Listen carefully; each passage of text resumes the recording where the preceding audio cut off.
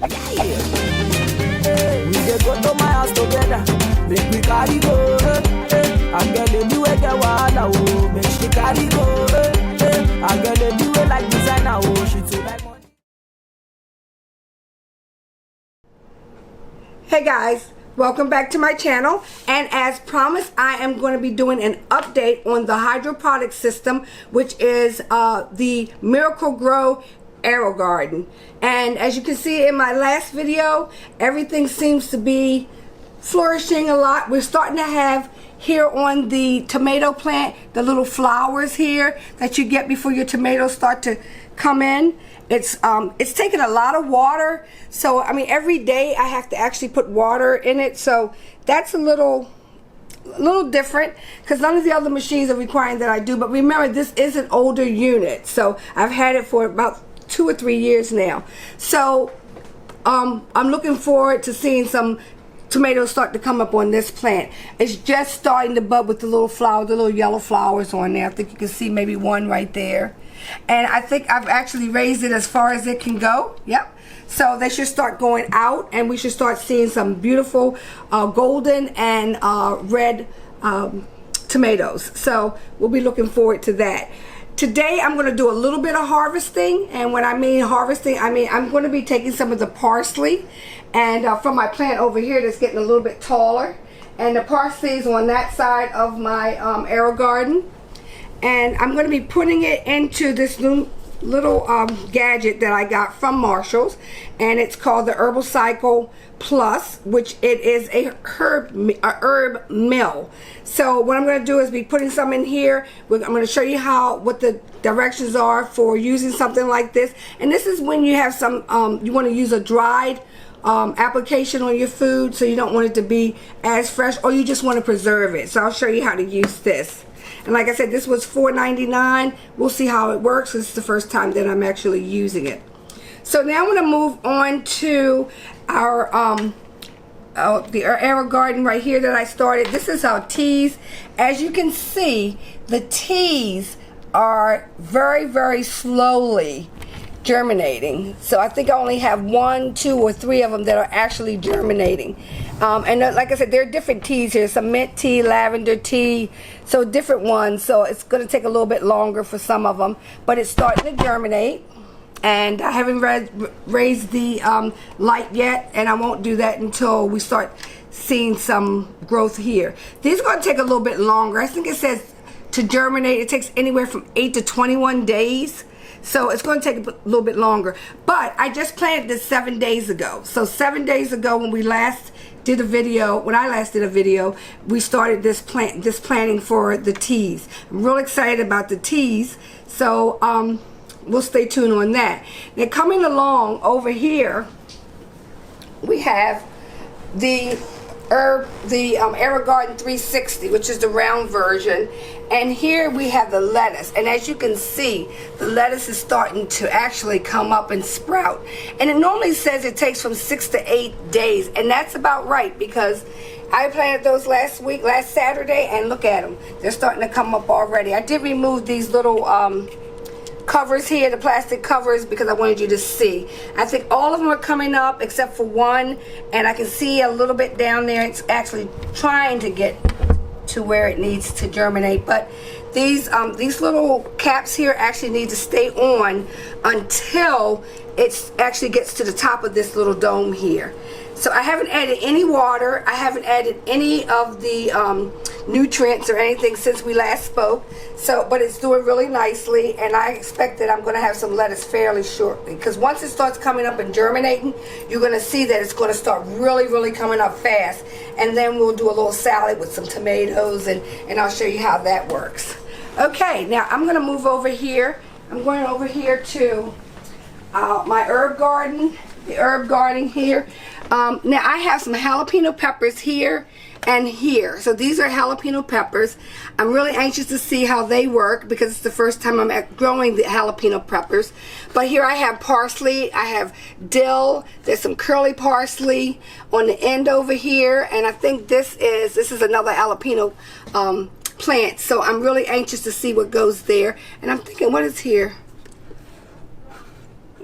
That might be jalapeno too. So anyway, it's this is going along really, really nicely, and I have only had to fill this with water one other time, so that's kind of really good. So it's not taking a whole lot of care. Now, as I said, right here, this is a dial that I actually look at when I want to know whether or not it needs to be fed, when I want to know if it needs water, this is for your sunlight, and it actually lets you set what time you want it to come on.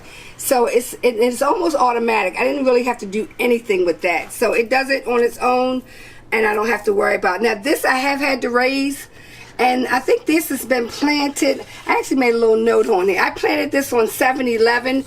It's now 7/25, and I actually can use these plants right here. So what I'm going to do, I'm going to pinch off a little bit of this plant, and I've already done it once and use it in some spaghetti. And oh my gosh, the aroma is to die for.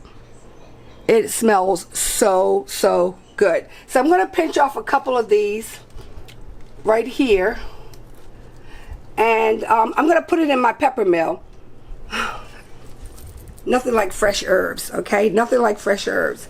So I'm gonna actually bring it over here, and I'm gonna actually put it in my pepper mill. And as you can see in my kitchen, there are a lot of vegetables, there are a lot of fruits, because my husband is a fanatic with juicing, so we keep a lot of those in. So I'm trying to figure out how this works, but I think the way that it works is that you actually screw the bottom off, and as you can see here, you have this mill here that actually turns everything, and I think you go back and forth. But inside of this, oops, is actually these razor blades. So this is what's going to actually take that dried fruit, that dried vegetable, and actually once it gets really brittle, actually crunch it up so that you can use it in your food as a dry additive.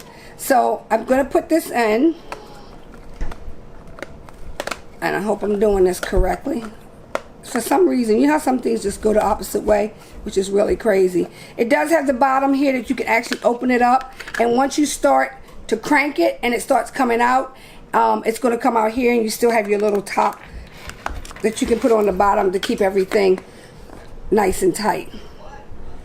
So it's really cool how everything on this goes the opposite way, you know. So, but anyway, I'm going to put that there, and when I put it in my freezer, it's going to go in like this, because that's what it says, to lay it like this in the freezer.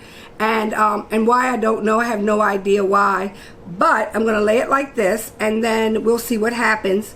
And as you can see, you can't put a lot of herbs in here, but basically what you really want to, depending on what you're going to be making, what you're going to cook, you know, you might not need that much. I could have actually put a lot more in here and crunched it up really good, made it really packed in there, which I probably should have done, but I really don't want to use everything off my plant, because I'm really using this pretty much every day a little bit. I tell you, I use basil a lot, but I usually use it from the store, and when I've been using it from the store, you don't get the same flavor. I put this in some spaghetti, and it was so flavorful. I was just amazed at how flavorful it was. Even just cutting it off and pinching it off, it just kind of permeates in the room. And so when you're cooking, if you can imagine all of your herbs having that phenomenal, crisp smell, and putting those flavors together, it's great. So I'm going to leave that there for right now. And also on this little container right here, they actually says label me, so you can actually put in what it is on here. You can do it on a magic marker or something, and then wipe it off. Not a permanent marker, of course, but you can put that on there, and then you know exactly what's in here, so you can leave it in the refrigerator, the freezer for a while. But it says for 24 hours, so it's not made to stay there forever. You 24 hours and then you use it. So you're going to use this when you're ready to cook something, and you know you're going to need the next day. And then you take it out. And then what you also can do is what I did with my herbs the last couple of years I was doing it. I actually put them, I dried them out. I put them in a baggie and dried them out and let them sit out and let it dry, and then kind of like mashed it up and everything, and then I had the dry herbs. But I really like it when it's fresh. So that's my take. That's the update right now. I'm going to update you maybe about another 7 days, and we'll see what's going on with all my herbs, my teas. Can't wait for them to actually begin to get ready to be brewed. I'll update you on here. I can see those flowers, so I know they're going to start coming up really quickly. I've really had really good luck with tomatoes. So that's my spiel on the AeroGarden. I love it. And like I said, the AeroGarden right now, I mean, you can get them on sale. This AeroGarden right here is regularly $189. I got it for $79. So that's a great deal. And you can get them at Home Depot. You can get it on Amazon. You can get it from Macy's. There's a lot of stores around that you can actually get. I would recommend that you order it, because when you order it, it seems like you get a better deal online, because everything's online right now. And that's my take on the AeroGarden. I will do another update in another 7 days. I'll see you later, and it's the Curvy Sister signing off for right now.